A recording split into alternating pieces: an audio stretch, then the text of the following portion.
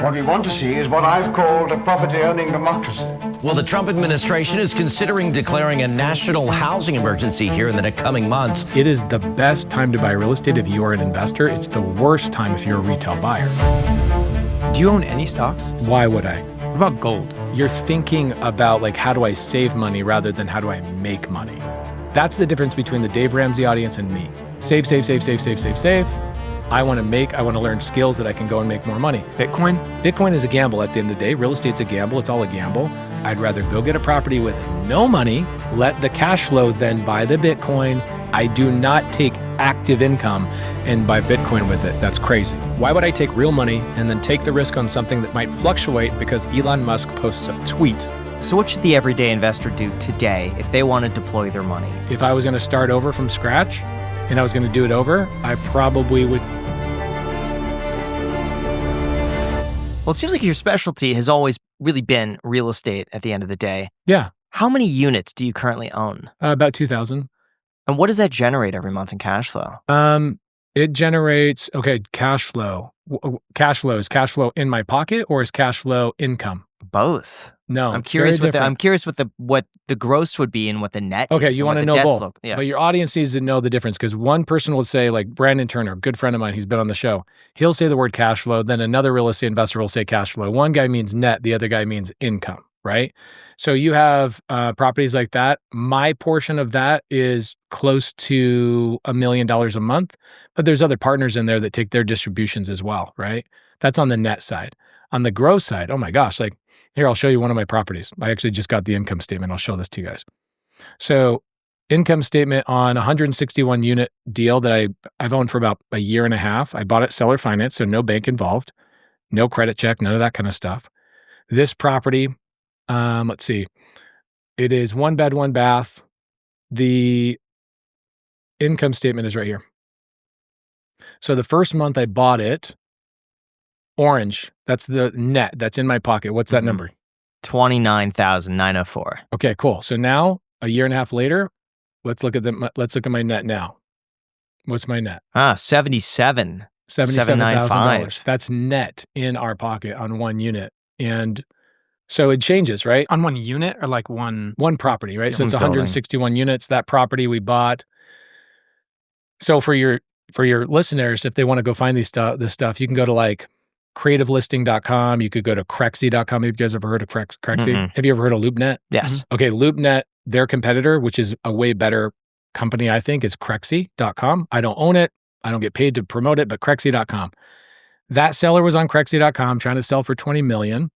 He kept reducing his price, which is happening right now. It's like the number one thing happening right now. You heard Ben Mala and all these people talking about this on your show. People are reducing their prices. I go to a seller like that and I go, stop reducing your price. Just give me seller finance. I'll give you the number you want, but you just got to take payments over time. So that seller on that property, I think we pay him like $40,000 a month, but he's our bank. I'm sorry, $54,166 a month the seller gets. Instead of me paying a bank, I pay the seller, right? Where does that money come from? The units, 161 units, generate $165,000 a month in income. Our net is $77,000 a month. No banks, no credit, no down payment, no money out of my pocket, $77,000 on one property. And that's while other people are saying, oh, the market's slow. That's a property that I just got my distribution today as a partner on that deal. So depends. Every deal is a little bit different. If I was going to start over from scratch and I was going to do it over, I probably would jump into RV parks because they make the most bang for your buck.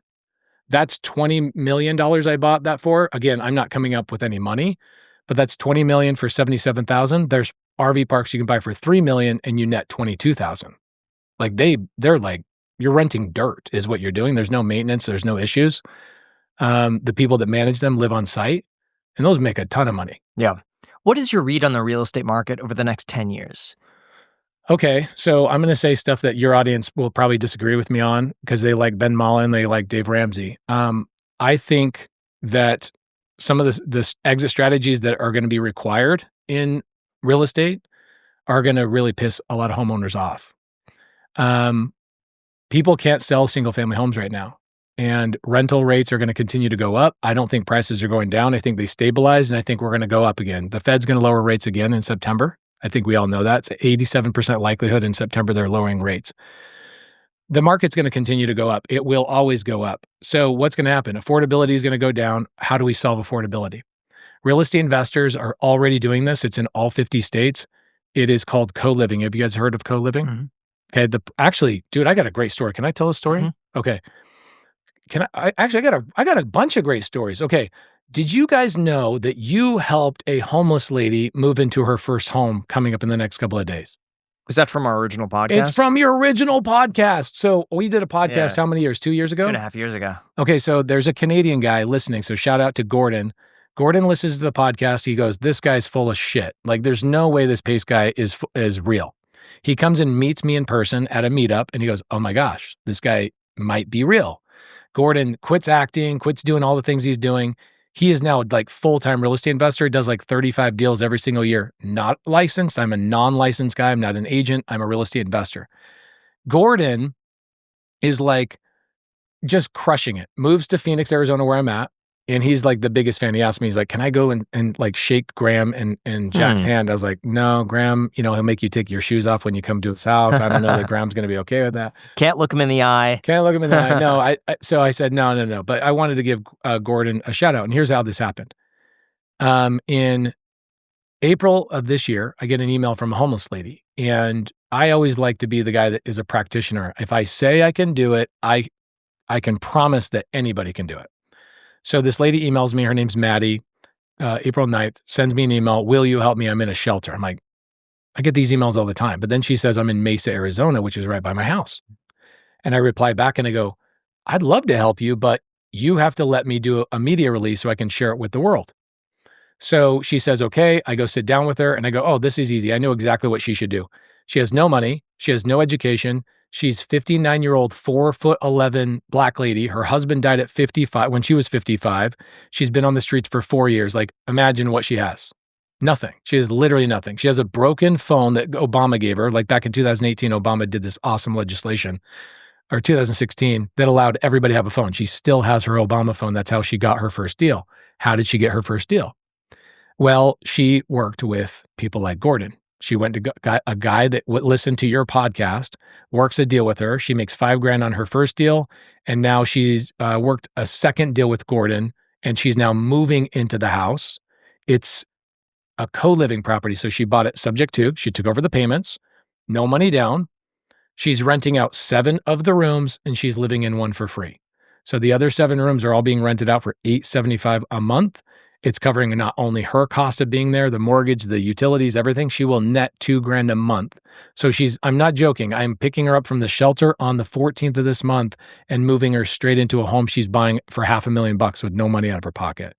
That was a domino effect from that podcast that we did. So you're saying she already has a deal right now? She has a deal. It's in escrow. She closes on the 14th. But is this the second deal though that she's going to be moving into? The second deal. So the first deal, she got paid a finder's fee. Oh, okay. So she doesn't own any real estate. She doesn't own anything. The first deal, I told her, I go, look, Maddie, you shouldn't own anything. You shouldn't manage anything. The first deal you should do. She goes, don't I need a license? No, you don't need a license. Pace, don't I need a bank? No, you don't need a bank. Pace, don't I need money? No, you don't need money. It's total hogwash. It's total bullshit. It's the traditional mindset. And she goes, what do I do? And I go, you find a buyer in town. You find out what the buyer wants and you go find that deal for them. So she found a fix and flipper in Phoenix, Arizona, just in my free Facebook group. And she says, what do you want? The guy says, I want a 3-bed, 2-bath house in Tempe, Arizona. She went and found people like Gordon, got a deal, brought it to them. She got paid a $5,000 finder's fee. And the sad part is when I picked her up, we got the check at the title company. I took her to the bank. The bank wouldn't let her deposit the money in the account. They were like, you haven't had money in this account in 5 years. You're telling me you all of a sudden have $5,000? So she had to come out in the parking lot and grab me. She goes, can you talk to the banker and tell them like, this is not a fake check.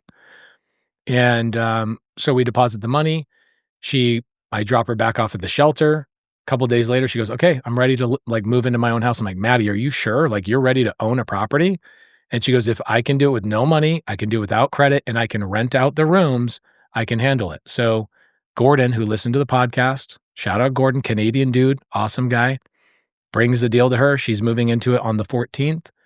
And she'll net $2,000 a month on that little house. Now, the risk, though, is that because she's taking over this house, she's relying on the rental income from renting out the other units to make the payment. Yeah. What happens if something between the tenants goes wrong, Mhm. or there's a major repair, or something happens to the house, and all of a sudden she doesn't have the income to pay for this. Okay, so a couple of things. Graham's mind always goes to risk. This lady's in a shelter. The worst thing that could happen to her is that she goes back into a shelter. So let's hit that home first and foremost. Okay. So she's in a shelter right now, going into a home. And if these tenants don't pay, then she's not educated. First and foremost, you don't buy stuff that people aren't going to pay. Guys, Dave Ramsey is wrong about one thing. He's right about so many things. I love him. I think he's one of the greatest marketers. When he says stuff like, oh, the tenants don't pay the mortgage. Yes, they do. Look at do you not see my P&L? I will show you my P&L open. Of course they pay the payments. You don't buy something that you can't handle vacancy rate. If the vacancy goes down, or let's say vacancy goes up and I can't make my payments, I should have never bought that deal. You do your risk tolerance all up front. So she's renting. Do you guys know, have you ever heard of pad split? Okay, I know you have. Sounds familiar. Okay, so Pad Split is a company that is nationwide. And what they do is they handle the management of these tenants. They fill the rooms. They collect the money. The occupancy on that house and that neighborhood, they've already done the underwriting. And they say, even if you had 2 or 3 tenants that all moved out at the same time, this property will still cash flow.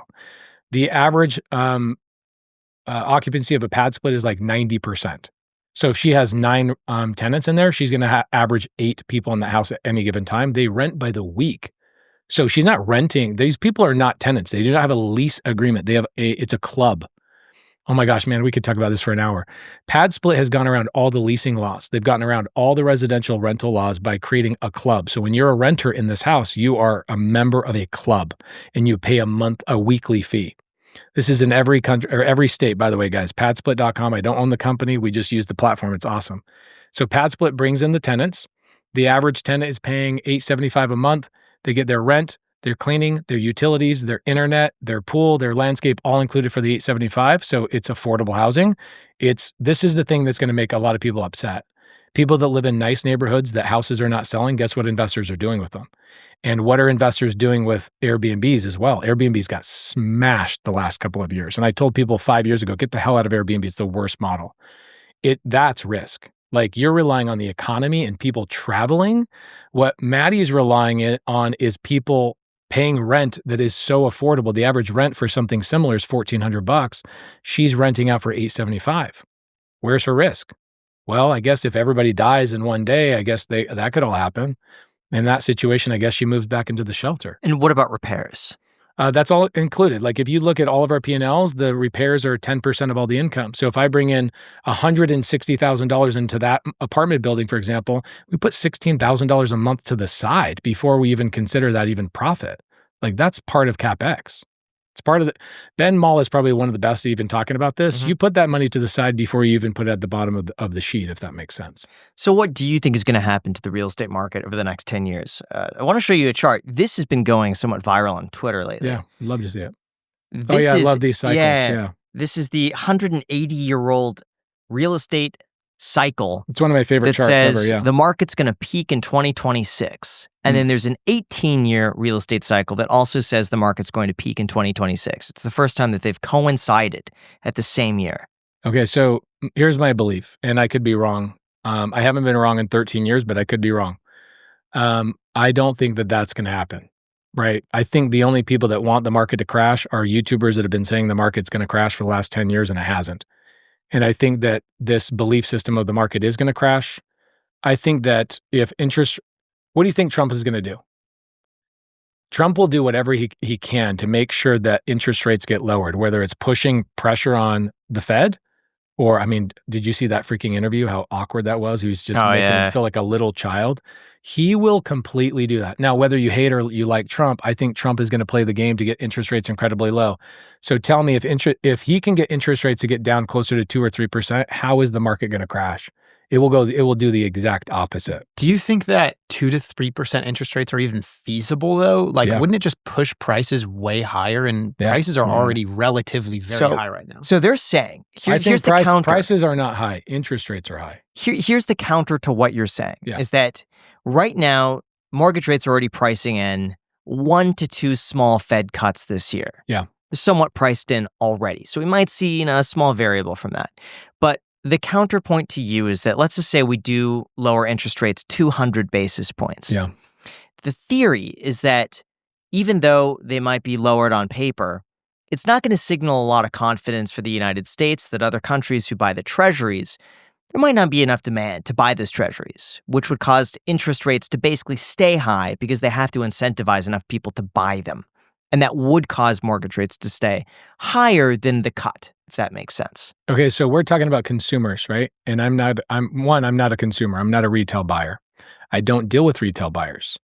The person you're asking questions about is you're asking about the retail buyer, which I don't deal with. You're asking about real estate agents, which have had the worst year in the last, 2025 is going to be 100,000 units less than 2024. And 2024 was the worst real estate record for like 39 years for real estate agents. Those guys are going to get their ass handed to them for the next couple of years. When you're talking about real estate investors, this is a different conversation. Agents have no hope. Like they have no hope. What's happening is most of them are leaving in droves. What is it? 2.5 million agents and like 500,000 of them are leaving this year. Those guys have no hope. But people that know what they're doing, the real estate investors, are dominating. All my friends that have money and know what they're doing, Ken McElroy, for example, right? Robert Kiyosaki's partner. I know you guys are going to interview him next week. Ask him how much they're building. How much are they buying? How much are they raising capital right now? Ken McElroy, their partner, is flying around the globe and raising money to buy real estate. It is the best time to buy real estate if you are an investor. It's the worst time if you're a retail buyer. So I agree. Like from a retail perspective, people are going to have a hard time. They have been. It will continue to be hard for retail investors. For people like us that know what we're doing, we pivot. But why couldn't a retail buyer theoretically just be a retail investor? Now, really quick, from my own experience, I just want to say that managing a rental property could often feel like a part-time job. You're tracking income, managing expenses. It's hard not to miss anything, and it adds up fast. That's why our sponsor Baselane, an integrated banking and bookkeeping platform, launched Baselane Smart, an automation upgrade that makes your rental finances run in the background. It's basically like putting your entire portfolio on autopilot so you can focus all of your attention on the next deal as opposed to busy admin work. With features like Auto Tag Assistant, your transactions are automatically categorized and get sorted while you sleep so that everything stays organized without all the extra work. You could even set advanced tagging rules to sort expenses by amount, account, and by description. Baselane Smart also includes auto receipt matching, so when you upload receipts, it instantly syncs them with the right transaction, so no more manual entry or forgotten expenses. And they've also thought of the big stuff too, like minimum balance transfers, which helps you avoid overdrafts with automatic top-ups and 2-day rent deposits, so the money you collect lands faster. Guys, it is seriously just all about freeing up your time, preventing burnout, and letting you scale smarter, not harder. So if you're serious about growing your portfolio and you want your finances to run hands-free, try Baselane Smart for 30 days by going to baselane.com/iced or using the link down below in the description. Again, that is baselane.com/iced with the link down below in the description. So why couldn't a retail buyer theoretically just be a retail investor? They could. If they were watching your podcast and they learned how to do it, they could go and do that. But the problem is most people are thinking they're blaming everybody else. They're saying, oh, I can't buy a house. Oh, it's this. It's what did Dave Ramsey say on your guys' podcast the other day? They're blaming they're blaming Gen whatever for the reason they can't buy a house. Oh, I bought this house for a bundle of strawberries. They can. They could literally go right now, like creativelisting.com. You can go there right now and buy a 2% rate right now on a house. No credit check. So what's keeping them? Education, access, like it's out there. You have your phone, you have ChatGPT. ChatGPT will actually go, hey, if you want to buy a house at 2% or 3%, go to creativelisting.com. It will literally feed the information to you. There's nothing keeping them from doing it other than their own fingers. Like, I don't know. It blows my mind. Here's the thing. You've got most of the market going, I can't buy a house because they're too expensive. That's not true. The houses are not too expensive. You just can't qualify for a mortgage at a 6% rate. That's actually the problem. If rates went down to 4% or 3%, could they afford the house? Yes or no? The answer is yes. Depends. But see, I put myself in that exact same position. I qualify for whatever interest rate the thing is. Okay. No money down. I just see such a big discrepancy between what I could rent a house for and the cost of owning. Oh. And when I see that, I think, why on earth would I buy something right now when I could rent it for half the cost? Okay, here's the reason why. You guys should Google this. This is commonly comes up with my friend Grant Cardone, and other people go, you should rent a house. No, you shouldn't. You should own your house. And the reason being is because 99% of your audience is not as smart as you or as me. They're not as seasoned in business quite yet. The average renter, do you guys know what their net worth is? Like, you take the same. Yeah, of course, it's $80 to $400, and the average homeowner is like $100,000. But the average I don't homeowner's think net that's- worth is $400,000. I don't think that's because they bought or rent. I think the type of person to buy a house is going to be the type of person to have a good income, to save money, to have their finances down overall. I don't think it's because they bought a house. Let me make an argument, and I say I agree with you. Yeah.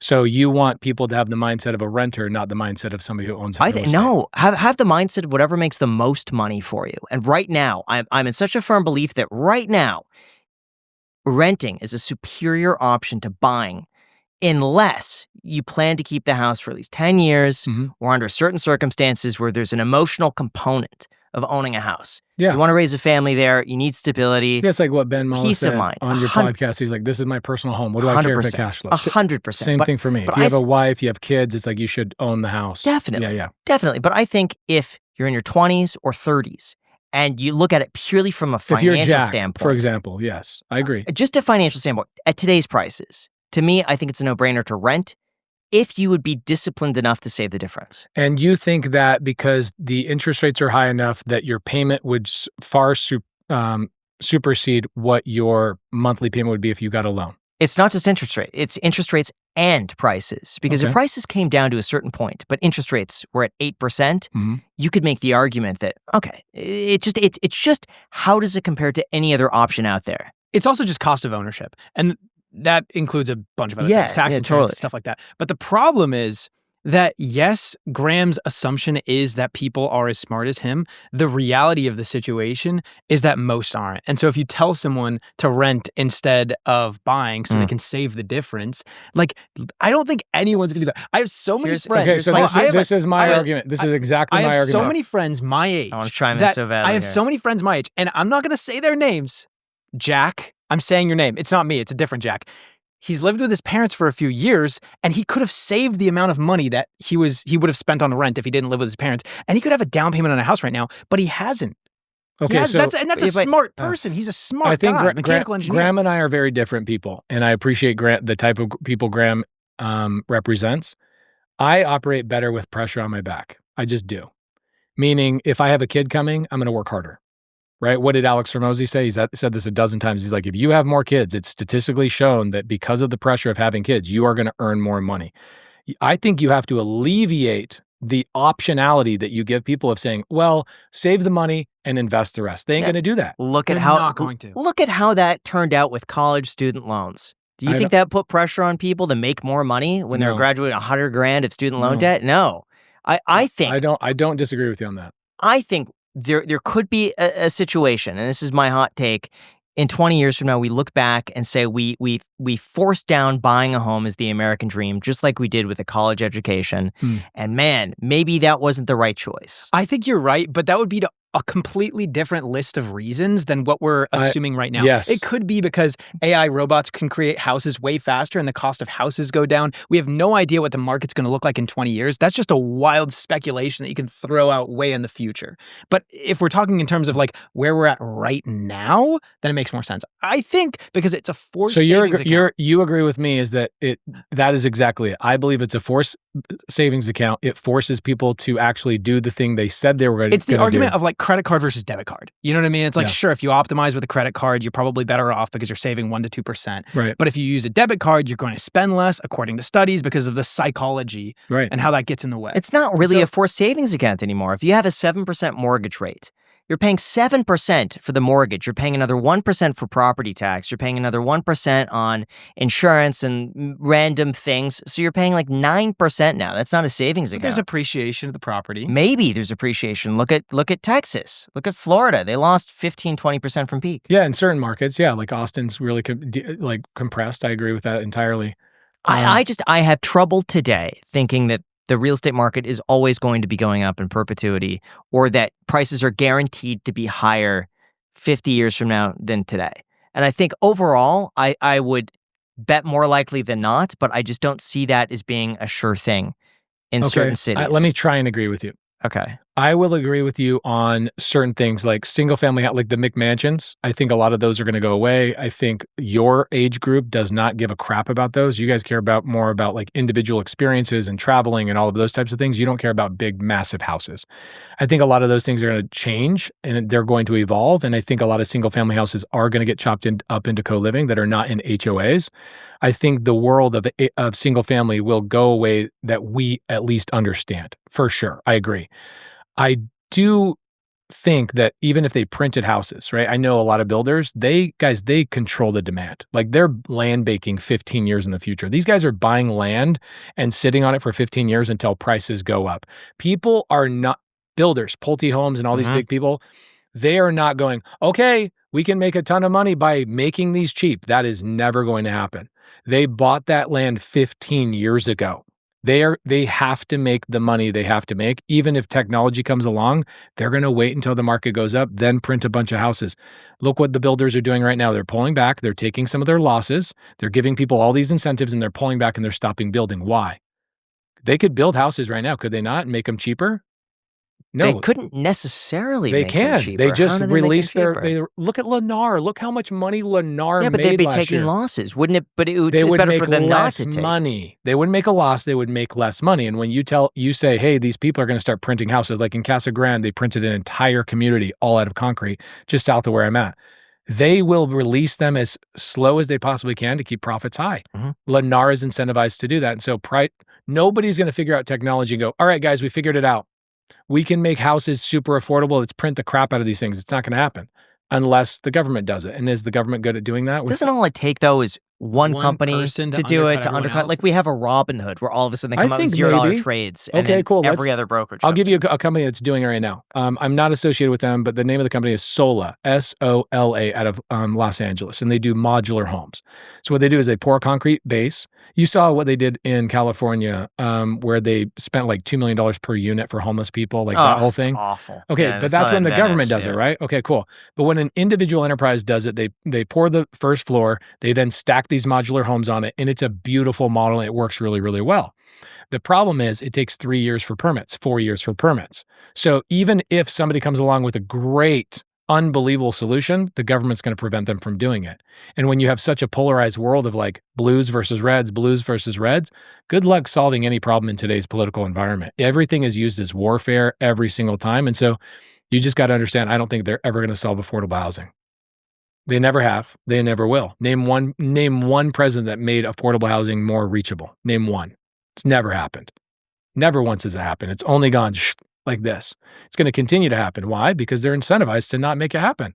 Now, what's crazy, I don't know how they're affording it. I think what Dave Ramsey said the other day about how disgusting it is about how much they're printing money, I agree with him. A lot of your audience and like the Dave Ramsey world, right? I think people that are listening to Dave Ramsey are people that are in a 9-to-5 job that go, I want to save my shekels and I want to go and invest and buy a little bit of Bitcoin. I want to play it safe. That's not my audience. My audience is like, I want to be worth $100 million.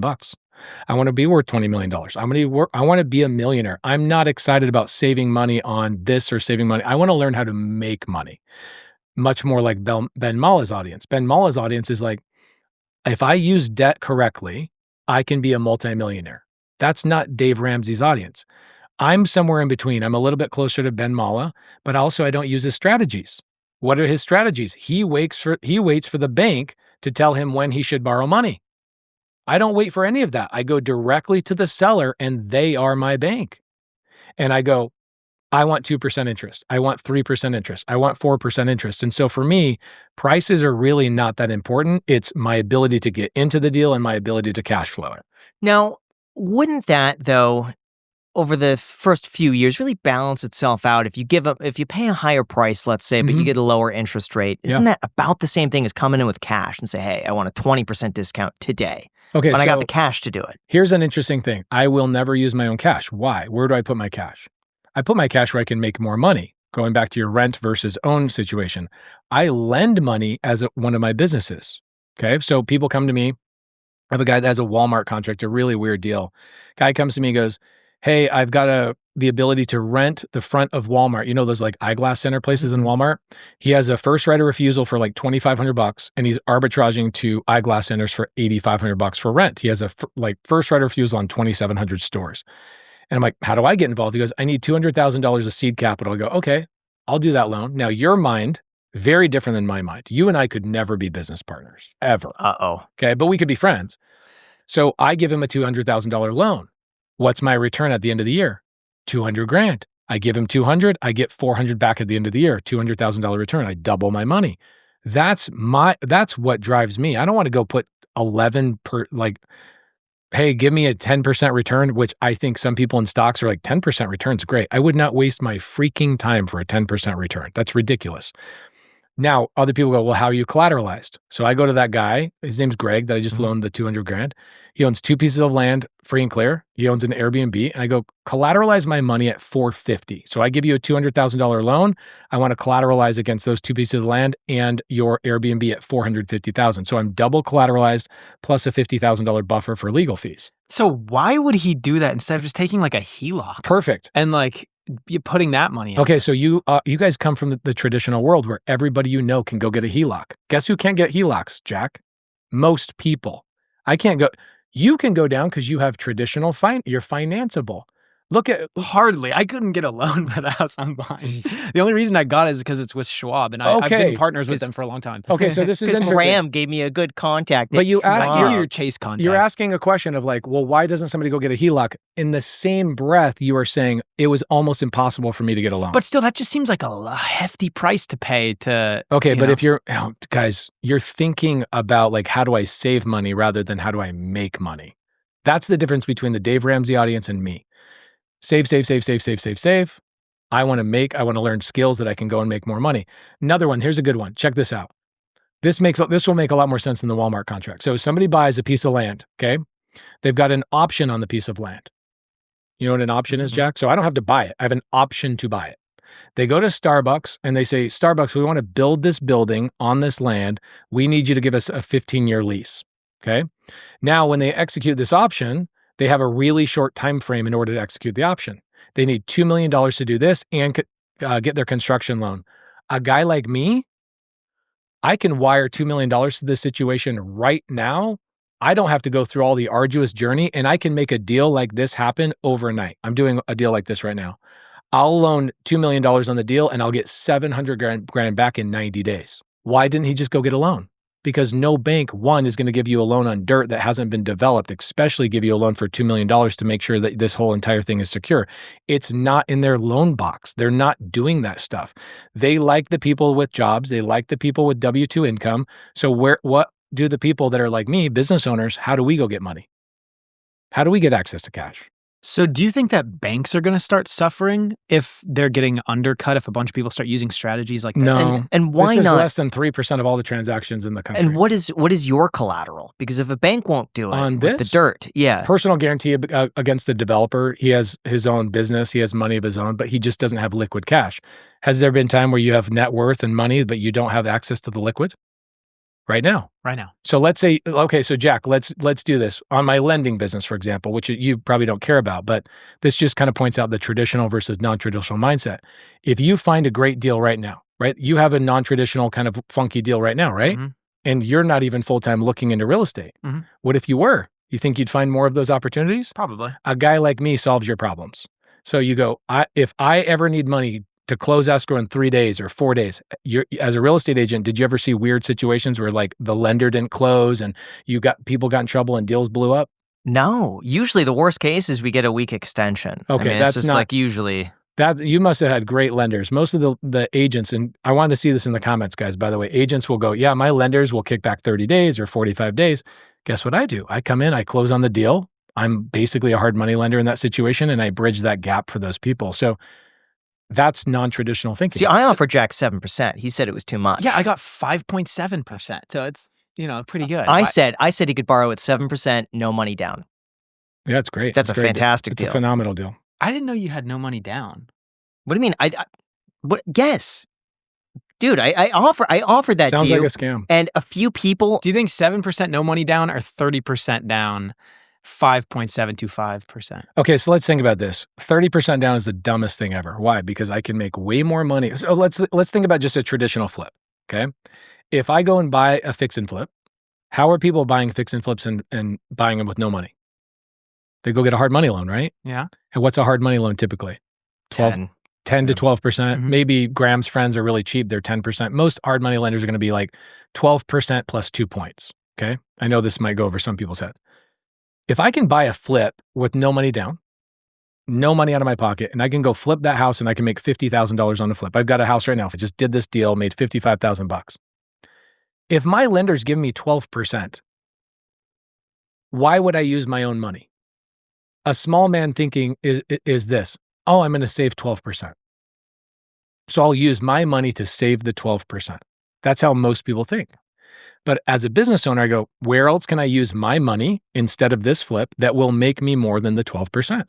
So I'll go do the Starbucks deal, or I'll go do the Walmart deal, or I'll go do other loans that make me far more money than me using my own money on real estate transactions. 30%, Jack, that's lunacy.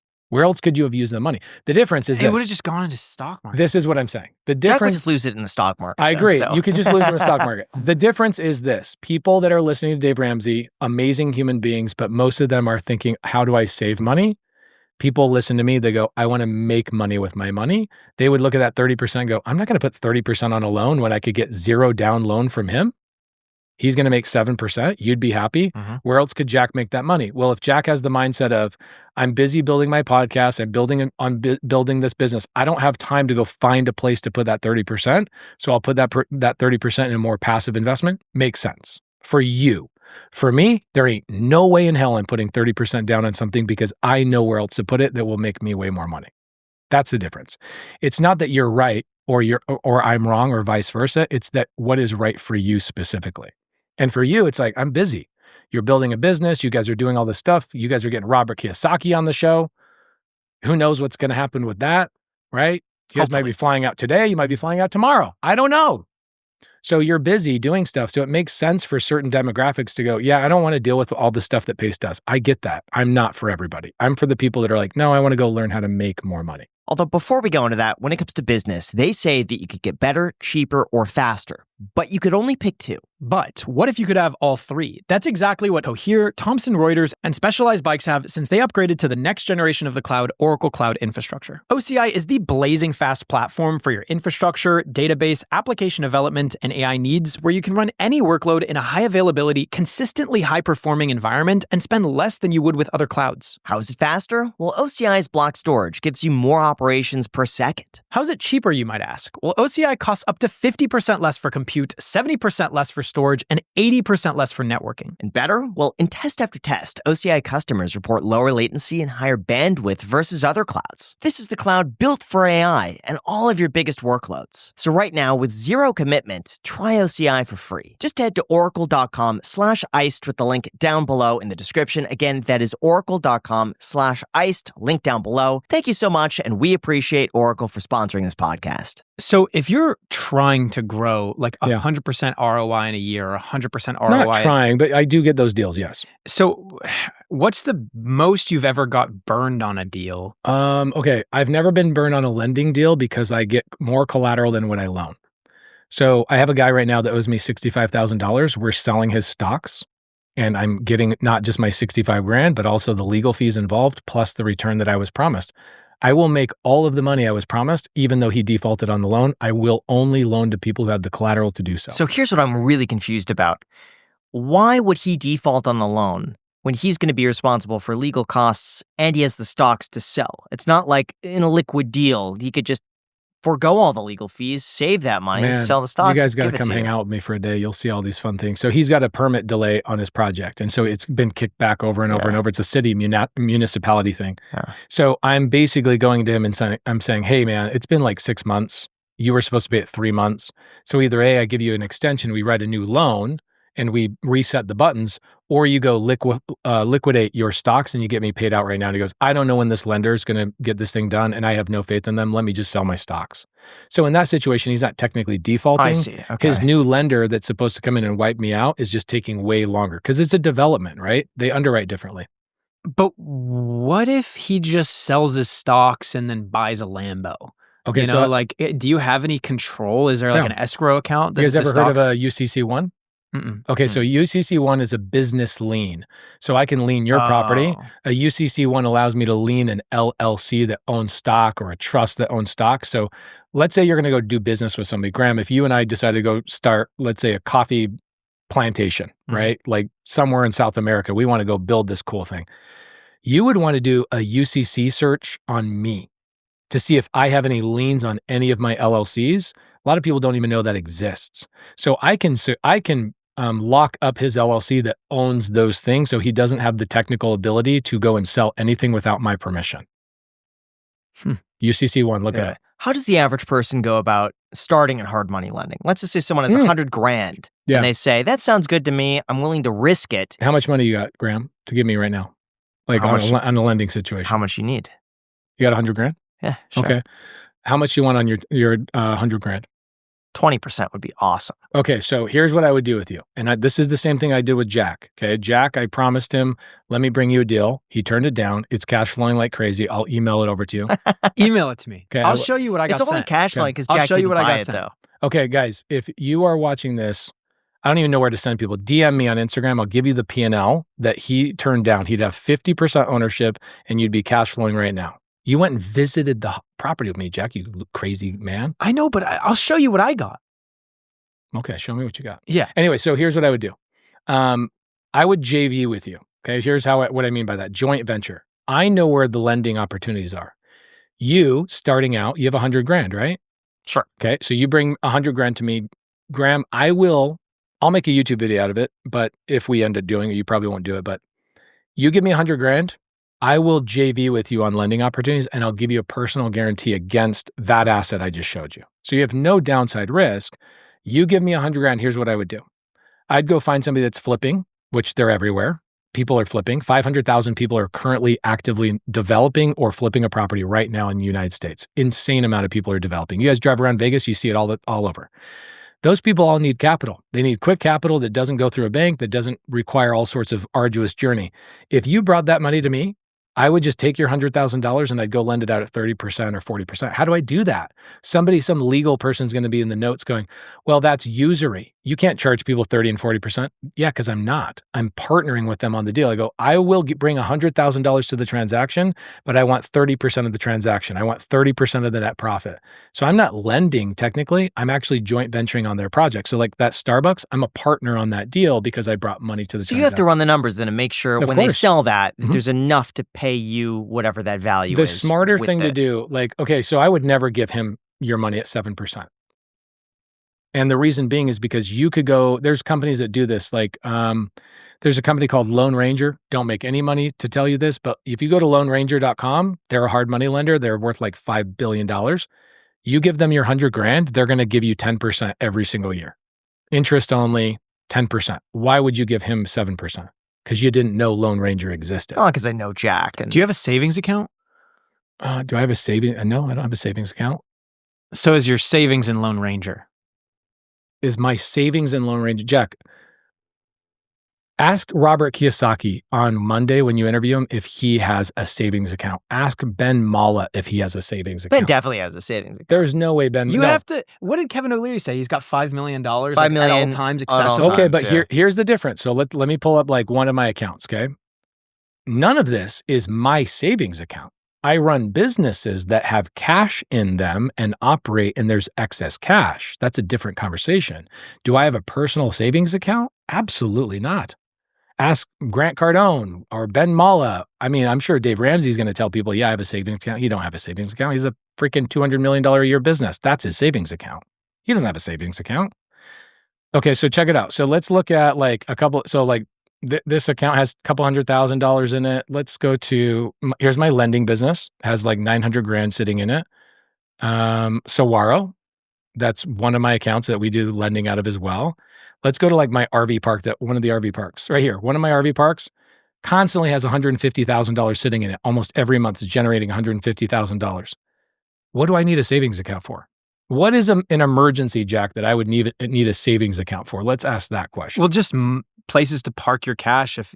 Okay, so where do I invest my cash? Sure. put in my own lending business. I just keep putting my money into my own lending business. So what's your average ROI on your lending business per year over the past few years? Okay, so this, we just You can't lend everything.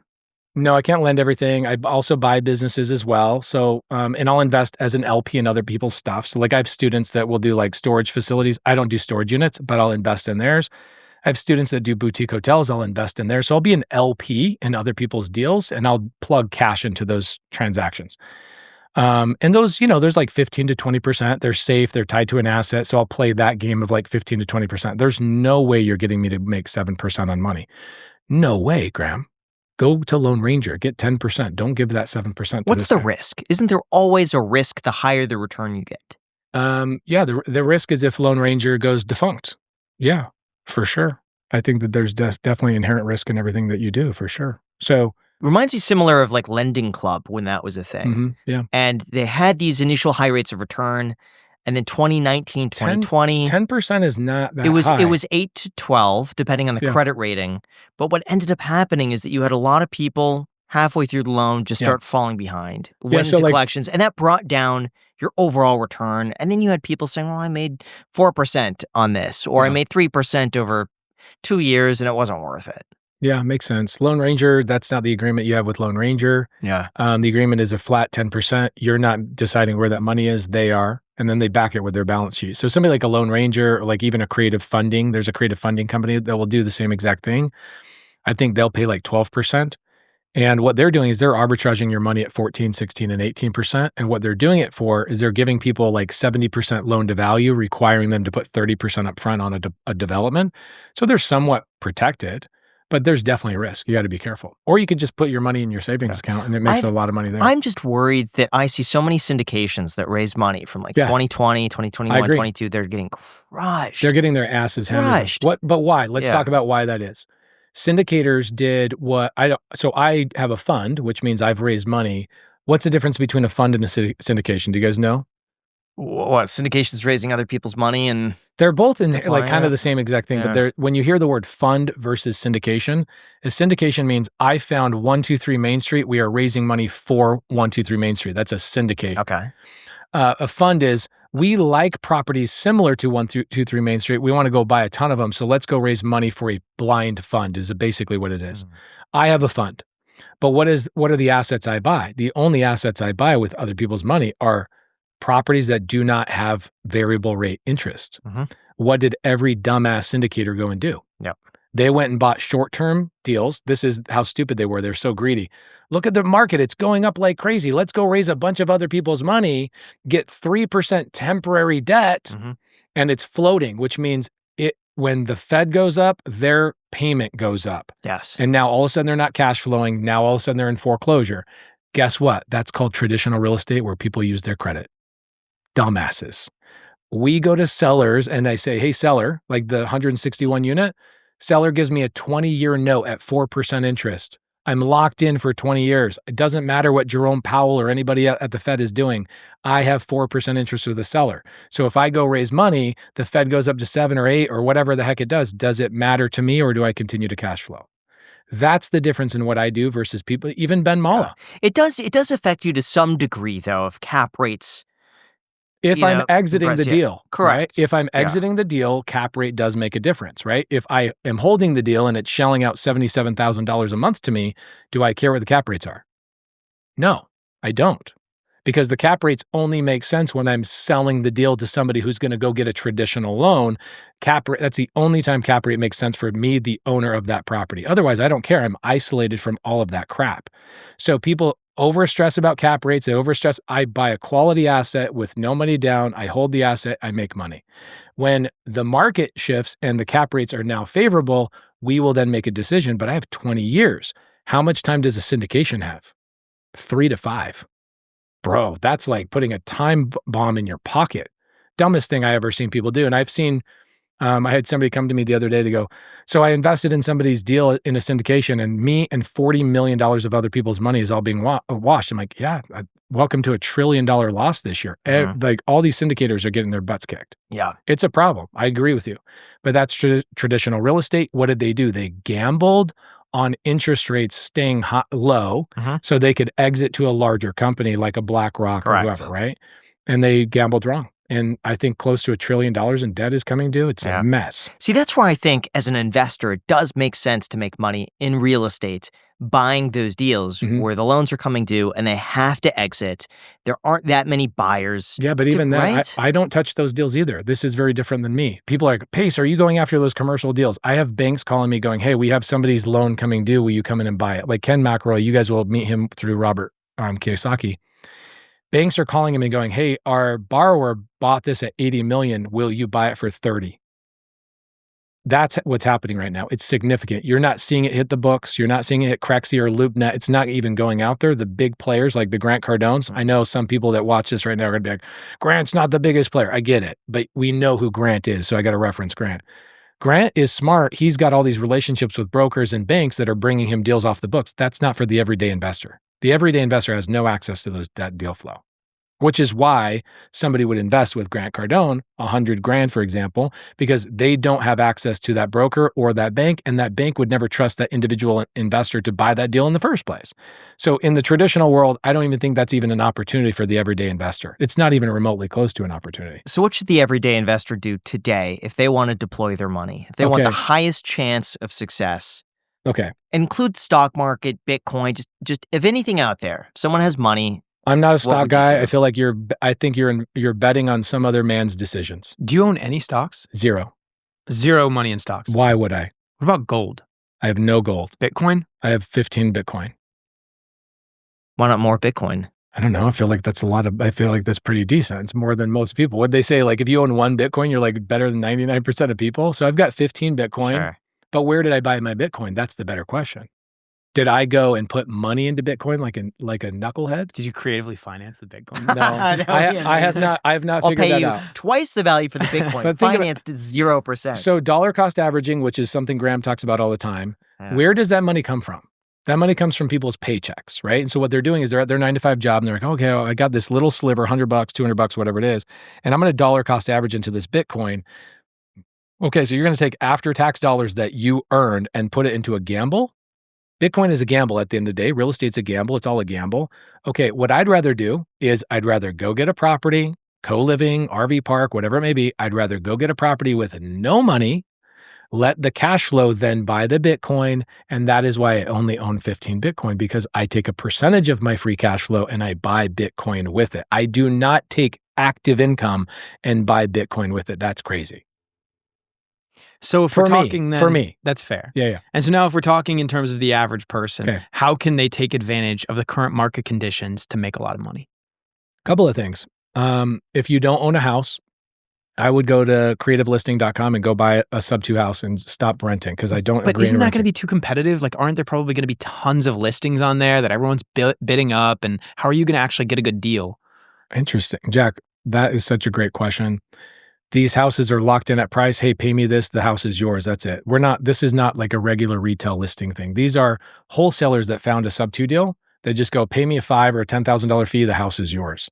There's no bidding up type of thing. People are naming a price and they're buying the deal. That's it. But good question.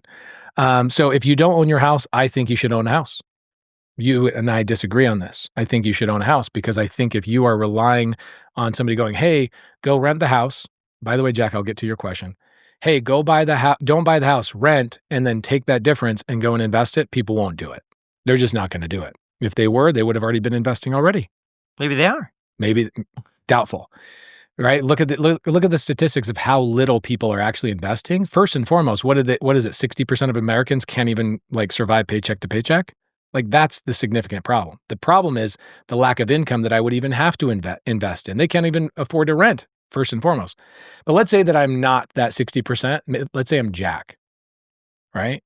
The average guy. He has some income. He has a decent job. He knows what he's doing. He's a little bit savvy, especially he watches Iced Coffee Hour. I think lending is a really great place. You've got excess cash. I would go and lend money on other people's deals. The problem is you now have to learn a skill, right? The skill is I have to learn how to underwrite or I have to learn how to trust somebody. Not a Graham Stephan strong point. You're definitely not going to be trusting people. So I think lending is really good. It's powerful because I don't have to go find the deal, develop the deal, deal with contractors, but I can make money on that project, if that makes sense. I like that. The other thing I would do is why not jump into, well, this is a good one. Do you guys know what fractional.com is? Mm-mm. Okay, fractional.com is really cool. Fractional is where I can invest as little as $5,000 in somebody else's real estate transaction that they found, they negotiated, they're developing, they're doing whatever. I would go put $5,000 in somebody else's project. What's cool about fractional is that a non-accredited investor can go invest as little as $5,000 in it, but you are a member of a club, which means I get to make decisions. I see how the project is unfolding and I get a full education while I'm investing in the deal. I, as an LP, limited partner, I don't like investing as an LP if I'm not getting an education. So for me, I like fractional because I can put as little as $5,000 in. I can get a 10, 15, 20% return on my money. Meanwhile, I'm getting educated on the deal.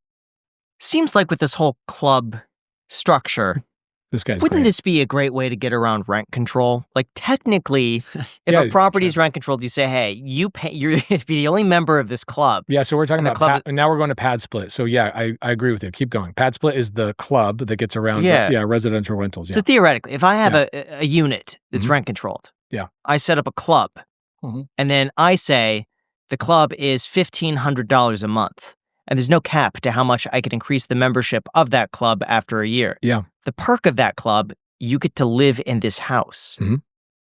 Great. Love it. I'd do that And all day there's long. and there's no rent control if you were to raise the club membership, right? You know, I wonder then Right? if you also don't have a lease agreement, if you could kick them out, without getting a squatter situation. You get in 30 days California. notice on the club membership expires. So what I would do, for those of you guys that are listening, Right, it's always It's always see, something the there. lawyers would argue intent. They would say you had the intention of getting around a lease agreement, and therefore that is null and void. so Pad Split's already done this. They've been in Yeah. court. They've won multiple times. Guys, I would look this up, padsplit.com. I don't get paid to promote it at all, but everybody in my community is using Pad Split nationwide, even in like Puerto Rico and Canada and stuff. They've gotten around it. They have not been beat up at all. I mean, they've been through court and they've won every case, but you're right. They do get around rent control. And then when I said this earlier, I said, people in your audience are not going to like this answer. Let's say that I live in a neighborhood right now. Here's the biggest problem in real estate right now. If I'm a real estate agent, I'm getting my butt kicked. Really, really bad. And if I am looking at let's look residential real estate right now. We know the commercial problem. The commercial problem is people's loans are going default. 99% of people will never have the opportunity to invest in that. Sorry, guys. People go, how do I invest? You don't. You either go to Grant Cardone, give him some of your money because he has access to those deals, or you don't invest because you'll never see those deals. Or Ken McElroy and Robert Kiyosaki, they're raising money too. But the residential world, what is going on? What's going on is days on market are climbing like crazy. What does that mean? Real estate agents are under pressure. They can't sell these houses. Why can't they sell houses? Well, because interest rates are high. And you could make an argument that houses are high too. I get it. Interest rates are high, so people are not buying. They're also unsure of what's going on with tariffs. They're unsure of what's going on. People are afraid. They're afraid of their own shadow. So they're like, I'm not going to buy. So sellers are having a hard time selling, which results in what? Here's what it results in. 15,000 expired listings a day. What's an expired listing, Jack? It's when you relist it, right? Or you take it down. Nah, It means listing when the expired. seller fires the real estate agent after 6 months of not being able to sell the house. Now, isn't that number though the same as what it was in 2018 and it's- 19? Expired listings? No, they're Yeah. way up. Way, way up. It's 300,000 expired listings a month are happening right now in the United States. So what does that do for somebody like me? I'm not calling real estate agents and saying, hey, I want to work a deal. I call the seller who just fired the agent. That's an opportunity for me, right? There's places for me to operate in this world where I call the seller and I go, hey, seller, you've been listed on the market. My name is Pace. I'm a buyer. I'm not an agent. I'd like to make an offer on your house today, but I'd like to ask if you'd let me take over your payments. We get a yes out of 20% of those calls. Okay. Now, whether that's a good deal or not is a different conversation, but 20% of those calls, we're getting a yes. That's pretty freaking powerful, right? The market is available right now for people to make a ton of money if you're taking that house and not doing a regular rental with it. Regular rentals are hard to cash flow right now, almost impossible. You're also not going to have a good time doing Airbnb. Nobody's traveling. You're also going to have a hard time doing midterm rental. Do you know what that is? Okay, so like traveling nurses, pilots, stuff like that, insurance things. Midterm rental's kind of saturated. The one thing that's growing is Sacramento just came out with this. This might be a good video for you to put on your YouTube channel. There are now municipalities like Denver and Sacramento that are putting grant programs together for investors to do more co-living, which is the get around the rent control situation. They're putting money and they're changing legislation to make that a thing. So what's going to ultimately happen is these houses in these neighborhoods that people are not selling their houses, you know what's happening? 6 and 7 resident or tenants are moving into these single family homes. That is happening right now. Now, whether people like that or not, that investors look at the marketplace and they go, there's a problem. Lack of affordable rent and houses are not selling. How can I capitalize on that? A good investor will look at every single market and pivot. That is what's happening right now. So people that are not Ben Mallah, that are buying hotels and doing whatever he's doing, smart, one of the smartest guys ever, love him. But in the single family world, what are they doing? How are they pivoting? Airbnb is not working. They got to make money. They're going after expired listings, buying them with creative finance, and they're turning those properties into pad splits and renting them out by the room. They're avoiding HOAs, so your neighborhood is safe. But any other area in, okay, so this is great. I did a tour like 3 weeks ago in Vegas, and I went and saw like 30 pad splits in Vegas. They have a dedicated rep from pad split just in Vegas because there's so many co-livings going on in Vegas. That is where the opportunity in single family is right now. What's the best deal that you've seen in the last year? Best deal I've seen that I've bought, or best deal I've seen? That you've seen. Best deal I've seen is I had a student of mine assign a deal for $600,000. So he didn't even have to buy the deal. He just assigned it to another buyer for $600,000. I've got a student named Duran who bought an assisted living facility in Philadelphia, raised $8 million for it, turned into a hotel, refinanced it like $30 million and made $20 million in like 18 months. Like those are crazy deals that happen, but they happen all the time, right? You ran into a weird deal. Imagine, Jack, if you were actually looking for deals all day long, you'd find a weird deal every day. So where are the best places to look for deals? Okay, so best places to look for deal, definitely not Zillow. Where should I go to find a deal? If I want to find a deal, I would go to a web. Are you okay if I tell a website that I don't make money on, but it costs money? Mm-hmm. Okay. There's a company called dealsauce.io that I can just click, find all the foreclosures. Dealsauce.io. Again, I don't make money on that. Dealsauce.io, I can find foreclosures, probates, inheritance. I can find expired listings, long days on market. I can find people that want to sell in owner finance. I can find anything that I want on Dealsauce within like 20 seconds. And within 2 clicks of a button, I'm sending all of those sellers a message saying, hey, I'm looking to buy your house. Like it's that easy nowadays. Can you creative finance anything? Like what's the craziest thing that you financed? I'm buying right now a $500,000 motor coach because I'm doing a tour across America to like help homeless people and do something cool. So I'm buying a motor coach with no money down. I just bought a plane with no money down. I don't know if you guys saw that on my channel, but I have a student that buys 300 planes. Here's what he's doing. He's going after planes that are like forgotten about, people that are dying. You know, people are inheriting these little planes in these little municipal airports. He's buying them on seller finance and he's turning around and he's leasing them to training schools. We're the #1 country in the world for training for like pilot programs. So all these Asian countries are coming in here and sending their pilots to learn from us. Those training schools need planes. And so he leases those to, you can do anything with creative finance. It's the craziest thing on the planet. I'm trying to buy a plane or a train because I want to be able to say planes, trains, and automobiles. Because half my cars I own are all creative finance. And I'm like, if I could get a train and I could put it on my farm, I'd turn it into like a bed and breakfast and I'd get a train on creative finance. The one thing I haven't done yet. Now, a lot of people are looking for ways to add stability to their financial plan, especially with all the uncertainty. That is where physical gold and silver comes in. Just this year, the dollar has dropped 9%, while gold is up 25%. Even if you're not watching the market daily, those fluctuations could have a very big difference on what your savings is actually worth. Our sponsor, Noble Gold Investments, helps you take control of that by giving you the option to buy real physical gold and silver, or even roll part of your IRA or 401k into precious metals. It's not about betting on gold. It's about having something tangible that holds its value, and Noble Gold makes that process easy. You get a dedicated specialist, clear pricing, and they even have a guaranteed buyback program. So if you've been thinking about including gold or silver as part of your financial plan, now could be a great time to check it out. Just head to noblegoldinvestments.com/iced to learn more or schedule a free consultation. Again, that is noblegoldinvestments.com/iced with the link down below in the description.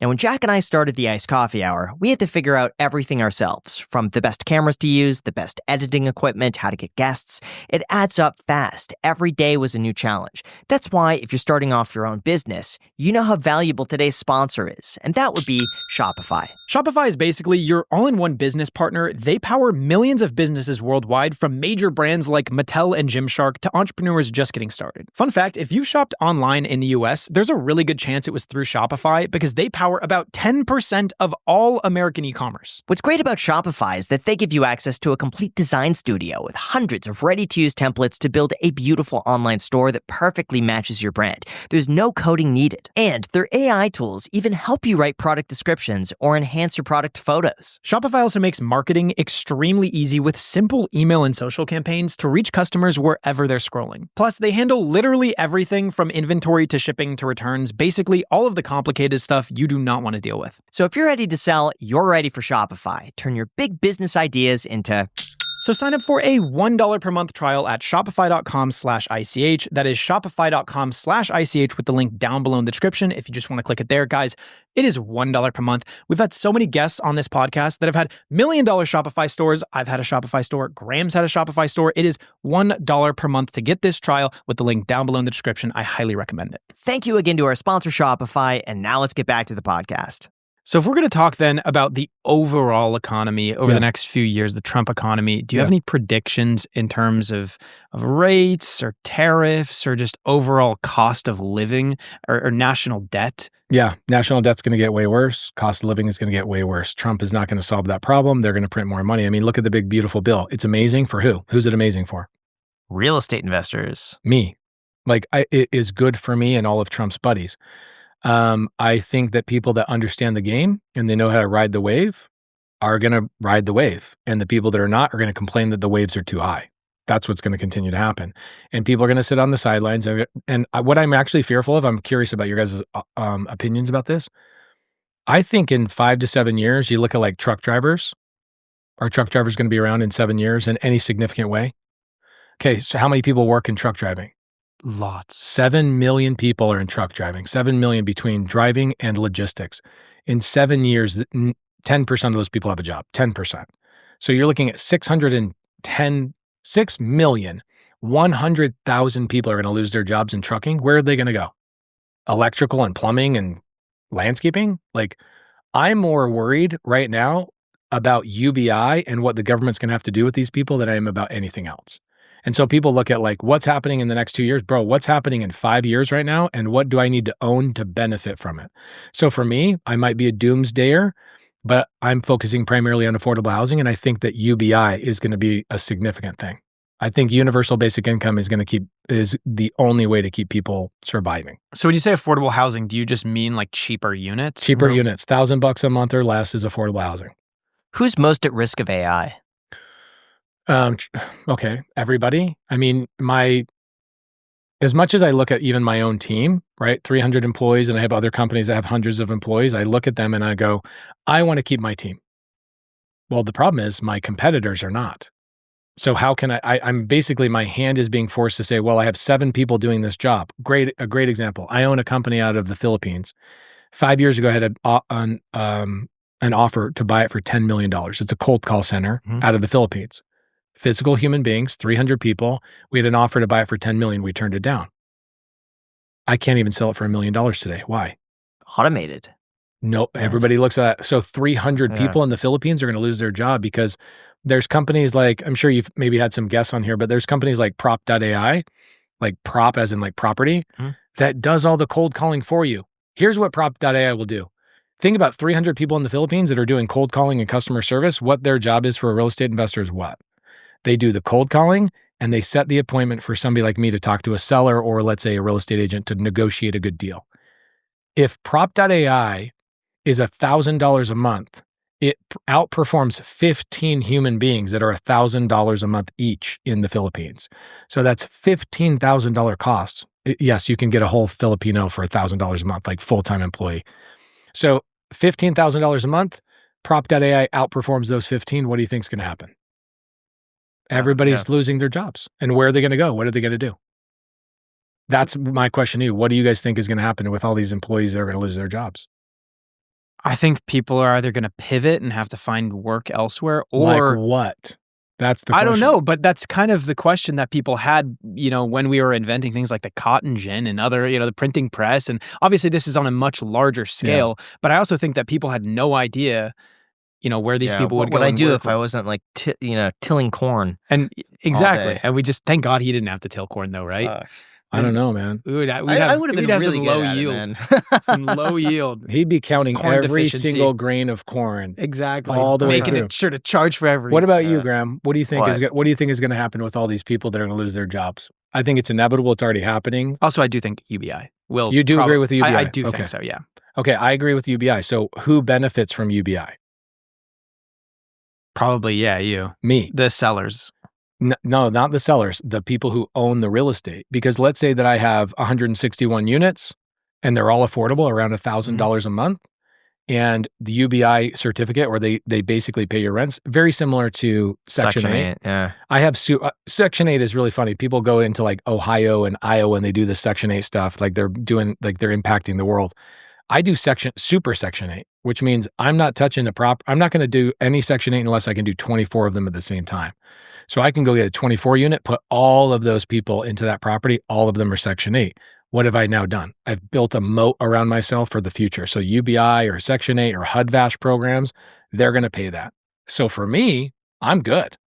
What I worry about, you don't have kids yet, Graham. Jack, I know you're going to have 3 kids. What are you going to tell your kids to do? I got a 1-year-old boy. What do I tell my little boy to do? Well, Pace, you have plenty of money. He doesn't have to work. Is that what I want my kid to do? What does my kid do to provide value to the marketplace, to find a sense of purpose? That's a bigger worry I have. I don't know. I think if you give the people the right resources and proper education, they'll be able to find their own way. I think there's going to crop up other opportunities that we just don't think of today. There's going to be something else that needs to be solved. I'm a denier. I'm like a climate denier or something. I don't think this is going to happen. You don't think opportunity will arise? I think there will, but I think that the mass amount of people that are going to lose their jobs, like I've some of my friends and guests you've had on the show, I see them talking about buying businesses, go into the home services. Okay. So I see people going and buying roof companies. Okay. Have you seen Rufus, the robot that's replacing roofs? Mm-hmm. RUFUS, guys, go look it up. And I go, so I see all these people buying roofing companies thinking they're going to build a moat around themselves. Meanwhile, robots are already replacing roofs right now. But if that's the case, then you could replace most things. Mm-hmm. Yeah. Doctors, accountants, delivery could be drones. I mean, there's so many things that you could replace. It would decrease the cost of living. It would decrease the cost of living, but it would also allow people to move further out from cities, and that you don't need to be in Los Angeles anymore. You could be an hour and a half, 2 hours away, kind of in the middle of nowhere. The average person, right? You guys met the average person? Are they going to... No, he's not the average person. He's like one of the smartest people on the planet. No. Us 3 are not the average person, right? We're just not. I get to meet the average person all the time. I go on road trips. I go to meetups. I actually talk to the people that have like real significant worries, and I meet them face to face. I smell the breath of the taco they ate. That's how close I am to them. You take all of this away from them, they will not go and create a pathway for them. Yeah, but you don't think they would move an hour and a half outside of the That would city? be where the required. cost of living is... I think they'll be forced to. But you're going to have autonomous cars. And the cost of living is going to be so low compared to where it would be today because of technology that I think... You know what I love about you guys is that $2,000 a month. you guys very rarely agree to anything. I think like... No, we agree on a lot. We agree on a lot. We agree to disagree. But on stuff like this, we do not. Yeah. I tend to think, and this is what we've seen, I feel like from a policy perspective, is the more rules and regulations and just things that happen in the world, the stronger of a divide it will just naturally create between those who have the capacity to provide a lot of value versus those who do not have the capacity to provide a lot of value. And capacity means mental, physical, or what? Mental or physical or, whatever access thing to that information drives or whatever. someone to I be think productive. access to information is easier than ever now. The problem is like, okay, so for example, it's everything. I threw out a same. bunch of websites, right, today, like Creative Listing or Prop or whatever I threw out. Most of your audience have never heard of those before, even though they're a thumb click away. Right? I've never heard of them. Right. Yeah. And so you look at this and a whole entire, like hundreds of thousands of people are making millions of dollars off of those things in a completely different sector than like Ben Mala is. So how does somebody even know that those things exist? Just because it's there doesn't mean I know how to Yeah, go but now find they it. do because they have YouTube on their phone. Yeah, that's very true. Okay, so I agree, but I don't think many people are actually going to go and search for the information. I think most people will sit and be lazy. I tend to agree with you a Yeah. little bit in terms of that. Yeah, but that should amp people up that the bar is so low. But the thing is Okay, that yeah. life But now- has gotten so easy. But and people it's, people will hate me for this, but I look at it and I go, look, you can either be the 90% that hide their head in the sand, or you can be the 10% of people that take advantage of the 90% that hide their head in the sand. Like, think about this. The government's going to have to pay for UBI, let's say 15% of the population. I think in the next 10, 15 years, 15% already, what is it? I think it's like 30% of the population relies on government assistance. 30% right now, right?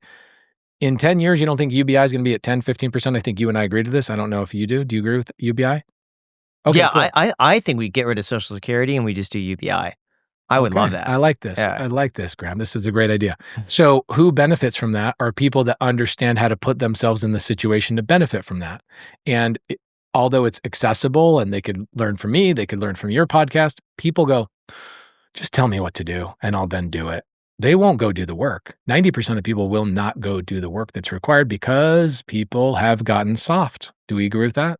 I think life has just gotten very nice. And I said this one time and people didn't like it, but I think that someone that's struggling and not doing well financially, just in a bad spot in their life is still like 35 to 40% the same life as Leonardo DiCaprio. And the reason I say that is because they both sleep for 8 hours maybe, and they both spend a lot of time on TikTok and on YouTube and watching the news and doing those things. And then sure, there's the 60% of their life where like the other person, you know, they're working at their job and they're like struggling to get by. And then the other 60% of Leonardo DiCaprio's is like with 100 women that are a little questionably young. Yeah. Like it's very different lives, but still I think that like the lives of the poor people are no longer completely different than the lives of the well-off. I agree with like that. they used to be. What's the quote? The quote is, hard men create good times create soft men create hard times and so forth.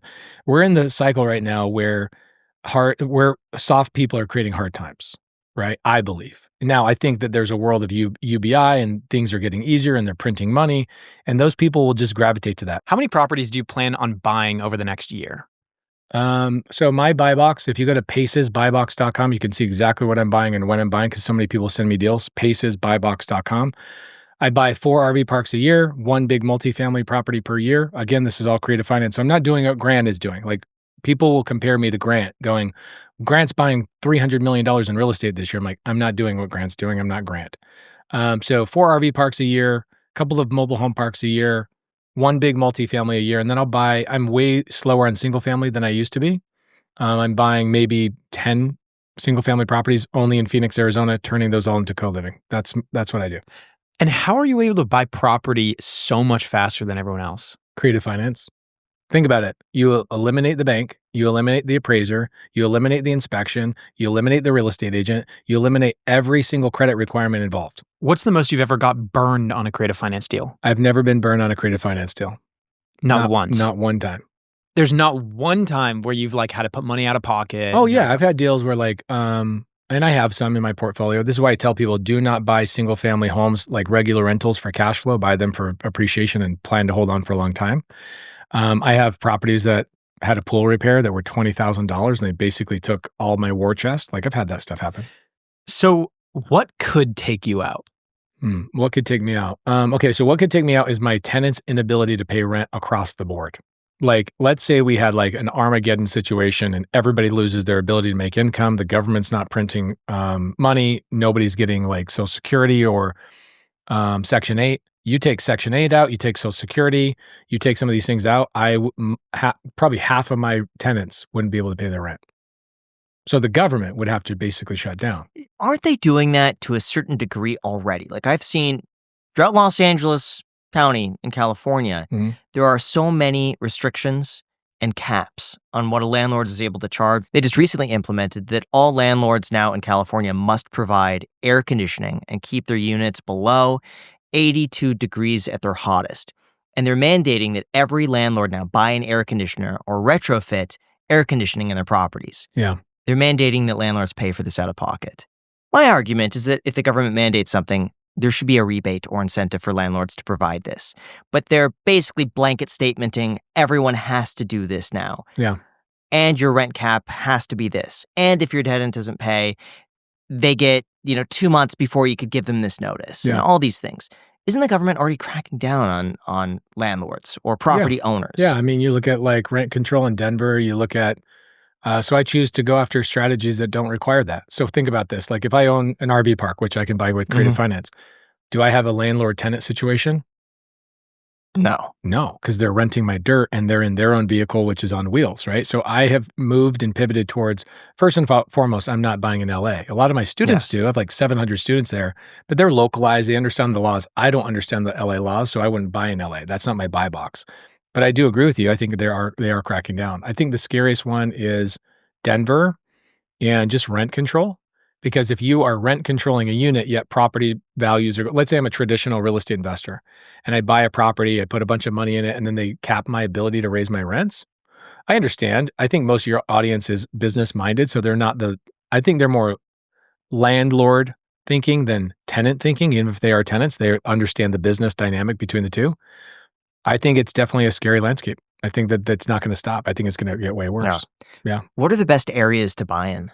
Have you guys heard about the U-Haul index? No. What?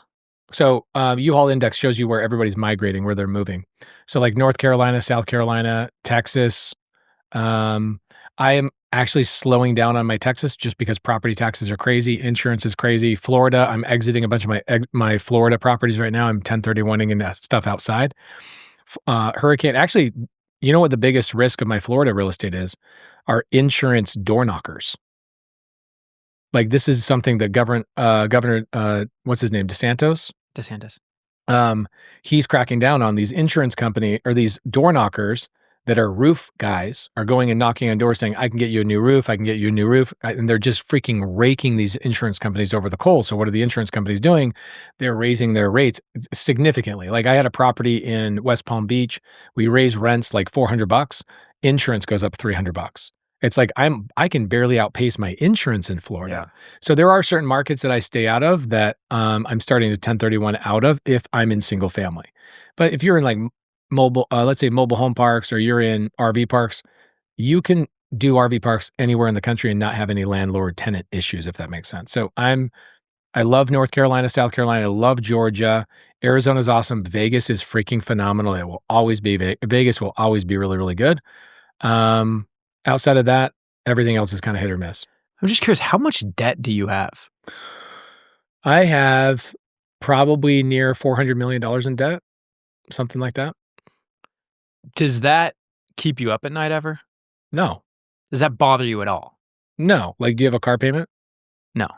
That's lunacy, but you have a car, you don't have a car payment? Well, I'm talking to the wrong audience. Holy crap. Here's the thing. Here's what you're trying to say. Yeah. When you're $1 million in debt, it's your problem. When you're $400 million in debt, it's the other person's problem. It's the bank's problem. So let's talk about this. How much in assets do you have? My total portfolio, including businesses and real estate, is like 500 million. Okay. And so now let's just say, would you notice a substantial lifestyle difference if you just had $100 million free and clear without any debt versus having $500 million with $400 million in debt? Yeah, I'm sure I would, but also I'm not a solo operator, right? Like I have a team. And so at some point you have a responsibility that I grow so that my team can also retire. That's a duty that I provide, right? One of the biggest things about like the big, beautiful tax bill that Trump just released, it incentivizes business owners like me to go and hire people and actually create jobs. So if I'm sitting there going, it's all about me, let me take my $100 million off the table.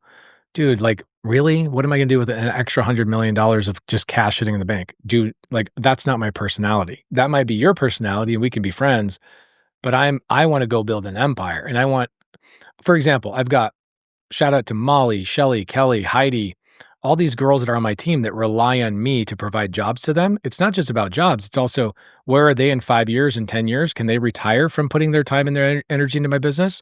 As of right now, I would say probably not. I want to grow to a point. So what I do with my girls is, most of the people on my team are female run team. Those girls get 20% of every asset I buy. So I go buy an asset, they get 20% ownership. Over time, that appreciates. Why do you hire mostly women? I come from a family of eight girls in my family, 8 girls, 4 boys. And I think I just do better with women that care about, here's a good and really even better answer. People will say I'm a bad leader when I give you this answer, but every time I hire a high level man, they just want to come and steal my business. They come in and they go, I want to come build this thing. I want to come do this thing. They come in and they just infiltrate and they get all the secrets. They do all the thing. And then 6 months later, they're competing against me. I've never had that with a woman. Never once. So for me, I think by default, men are all about me, me, me, me, me. Women, typically, not all of them, are we. How do we win? How do we do this? They care about the customer more, right? Maybe I'm a weirdo, but if you go into a dental office, do you want to be talking to a guy or a girl? Be honest. Don't lie. Don't give me some bullshit. Give me the truth. They're all women, though. I mean, let's be They real. are all They're women. all That's women. true. So I don't know. I've never really had a guy I wonder why. I wonder why it's all men. Yes, you have, Jack. Yeah, you have. You were telling me about that the other But why do you think that is? Why? Even women prefer to deal with women at the front counter. If it's broad across the business spectrum, is it just that? You know what? But women overall have better people skills. So that's There you go. And if I'm raising money or I'm lending money and I'm a customer service facing business, don't you think I would rather default to somebody who's more nurturing? But don't men have better sales skills? Men are not- better closers. Women are better with people. I think they're more aggressive if that's what you want. I'm not an aggressive closer. I don't have to close anybody. In my rental port, like who am I closing? You either like the unit or you don't like the unit. You like the price, you don't like the price. If you don't, buy. And so those girls don't have to sell or close anybody on anything. And also like my lending business, Heather and Jade, the girls that run my lending business, those girls are so good at building relationships that this is why I'd rather have a female in this role. A guy is trying to close. Heather and Jade will build a relationship with my borrower that even if my borrower finds a lender at 1% less or 2% less, they will have a relationship with Heather and Jade and they'll go, I'd rather just use Heather and Jade. They're reliable. I like them. There's loyalty there. Women are better at building loyalty between your customer and your company. So what do you think is holding so many people back today?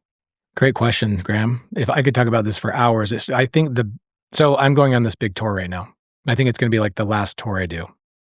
And I stress out about this exact problem because it's like if I could invent one pill, it would be the take action, stop being an analysis paralysis mode pill. And so like the Maddie story, the homeless lady, what I did and the reason why I helped her is I'm like, if I could document this and give away the video content, maybe that would finally push people over to believe they could do it too. Then when I was doing the content, this is crazy. So as I was talking about Maddie on my Instagram, I haven't released anything on YouTube yet, but people go, well, yeah, she's homeless. So, I'm not homeless. So that doesn't apply to me. I'm like, what the freak are you talking about? She literally has every disadvantage on the planet. And you just need somebody to like literally hold your physical hand. I think that is one of the biggest things is people are like, just tell me what to do. So in this book, I'm writing a book called Start Here. And Start Here is like everybody in my DMs goes, where do I start? And so I want to give them a book that says Start Here, right? So I've got Maddie, homeless lady. I've got a single mom. Husband passed away. I'm about to help her starting on Monday. Father with 3 jobs, juggling like bunch of kids. I've got a kid flipping hamburgers that doesn't want to go to college, a wounded veteran, somebody who's doing side hustles for a living to survive. And then I've got an immigrant, somebody who just like immigrated to the United States that doesn't even have a social security yet.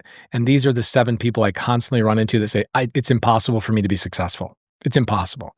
So this book I'm writing is me going to these people, physically helping them, documenting every journey. I give them the blueprint, and then they take the action. I'm not doing the work for them. Like Maddie, the homeless lady, I did not do anything for her except show her the way. I record all of this stuff, and I'm going to give it to the world and be like, here you go. Like, here's hopefully that magic pill. But Graham, I think you know better than anybody else. Somebody will make a comment in your YouTube comments about some video you did. They'll make a comment in the active video and act as if you didn't make a video that answered that question 2 weeks ago. Have you ever experienced that? Yeah, all the time. People are so unresourceful. So it's like they need people to spoon feed them or hold their hand. And so I'm trying to build that in the real estate space through a book, and then I'm doing a tour. So starting in November, I'll be on the road for 125 days where I'm going, all right, I'm going to prove to you can do this in Canada. And I can prove in every major city, I'm going to go do what I promise I can do in 3 hours or less. So what I'm doing is starting in November. And you guys want to see the tour dates, it's whereispace.com. I'm going to find somebody in that city that's a single mom, a dad with 2 jobs, a veteran, a whatever, one of these core people. And I then have a shot clock. I have 3 hours to help them get a deal. That's it. And I do that 125 days in a row to prove that people can do it. I'm documenting it, giving it away. And you know what'll happen? People will watch the content and still not do anything about it. I don't know the answer to that. I wish I had a magic pill. I wish somebody could figure that out. We did a survey that like 99% of people watching YouTube content don't ever do anything with the content they learn. They take notes, this is great, but then they don't do anything, right? Do you have an answer for that? Why you think people don't take action? Dave Ramsey says it's because they don't believe the result. They don't have faith that they'll get a result if they followed it. I think it's even one step further beyond that. I think that that's definitely true. Dave is like very, very smart guy. I think it's also they feel like they don't deserve the result. I think there's like self-esteem issues, imposter syndrome, fear of success. Nobody in my world made millions of dollars, so that's not possible for me. So I see people go take action, right? Like, I'm not talking about like my community, but people in my YouTube audience go, hey, I tried the thing, and they will purposely go out of their way to like prove to themselves they can't do it. They'll self-sabotage. And I think it's a belief system. I like that. I like what Dave said. They don't believe the result is possible for them. And then even if it is possible for them, they feel like they don't deserve it. I'm curious, for the education business, are you making good money teaching people how to do this? I'm not an educator. The way I would look at it is people go, do you have a mentorship program? No, I don't have a mentorship program. Do you have coaching? Do you have like a course? All my courses I give away for free. What I do is I have like I have a private community, kind of like a country club of real estate that you join one time and you're in for life. I make a lot of money from doing that. I bought $100 million in real estate from them last year. So I make a lot of money from them. The cost to be a coach, like, do you guys see all the coaches like quitting right now? No. Oh, it's true. It's like, oh yeah, you're not in that space. Most coaches and mentors that are like selling information have all kind of gone away in real estate. I don't sell coaching. I don't sell mentorships. I have a paid community for sure, but I do deals with those people and that's where I make my money. So like Gordon, the guy who watched us, I'll probably buy 10 deals with Gordon this year. And he made, on the last deal I did with Gordon, he made $22,500 bringing the deal to me, but I'll make hundreds of $1,000s on one deal with Gordon. So yes, I do make a lot of money with my students. When did you first feel rich? I have striver's curse. I don't think I feel rich right now. I feel like that I have more, you ever do this where you're like, I've done all these things on my YouTube channel. People come to you and they say, Graham, you've inspired me. You've changed my life. And you're like, I feel like I haven't done anything yet. Do you ever feel like that? Less lately. Okay, but you have felt that. Yeah, I felt that, yeah. Yeah, so like you hear other people say you're successful and you're doing all this stuff, but I think you've maybe have felt in these moments that you haven't accomplished what you feel like is possible for you. You haven't done the thing that you felt like you were setting out to do. And so I feel like I have a lot more gas in the tank. Plus you hang out with guys like Ken McElroy, right? Like Robert Kiyosaki's partner, and you hang out with that guy. Here's what's really cool about Ken. You guys got to have him on the podcast. These guys give away $1 million a month in charity. Like, I feel like the reason you should do well is so you can do good. And when you look at a guy like Ken McElroy and Robert Kiyosaki, nobody talks about that because it's not like viral worthy. But Ken McElroy has a full-time position in his office called the philanthropy coordinator. They literally give $1 million away to philanthropy every month. So when I look at people like that and I hang out with them, I'm like, I'm not doing enough. Yeah. I need to be doing that. Would you say that money buys happiness? Yeah, I think so. If you can go and write a check for $10,000 to a charity or $5,000 to a charity, I think there's a dopamine fix there that makes you go, I earned that money by providing value to other people. I deserve that money. Now I feel great that I can go give that. So yeah, dopamine, is that happiness? And what are the highest ROI things then for happiness if you're spending money? Having a beautiful house for your children to run around in and a pool that they can swim in is the greatest ROI I've ever had. That's good. Jack is building a pool. Yeah. So he's one step closer. I'm chipping out and replastering my pool right now. It's like $75,000. And which goes to your argument of like, you should be renting because I would have my landlord fix that pool instead, right? But I look at that $75,000 that that pool is like 15 years old, so it's due, but I look at that, I'm like, that is by far the best money I've ever spent is having my kids. I mean, you've heard Elon say it, go have more kids. You're on your way, 4 kids. Go do it. Hey, any girls out there that are single looking for a guy that's ready to mingle, Jack. What's the worst ROI purchases? You said private planes? Private planes, horrible. It's different though. Like you look at Ken, I hope you guys get Ken because I like Robert, but I love Ken McElroy. These guys are spending, like their fund, right? They have 10,000, I think Ken and Robert have 15,000 units, right? Like they're at a different level that I will be at maybe in 10 or 15 years. Their fund pays for their jet. I look at that $200,000 or $300,000. That's a hemorrhaging. That is the craziest thing on the planet. However, at his level, he can justify that expense. Why? Because his fund will jump in that jet and run over to a deal that they need to get under contract that's in Dallas. And time is of the essence when you're doing these big deals. I think it's worth $2 million a year if they're going to go buy a $100 million asset and outbeat somebody else on that deal. $2 million. If you're like same thing with Grant. Look at Grant Cardone. If he has his jet, which he's buying another one right now, and he can get a better deal because he's faster on a deal than somebody else that's jumping a commercial or whatever it is, and he saves $3 or $4 million on an asset, and the plane operating cost is 3 or 4. Dude, the plane's free for certain people. I'm not at that level yet, and I don't know that I care to be. I think I'm at a point where I'll never be Grant Cardone. I don't think I'll ever be an Alex Hormozi. I don't think I'll ever be, Patrick Bet-David in terms of net worth. I've found what makes me really happy is just helping other people and having kids in the process. What do you think about the Magic Mind, by the way? Is this yours?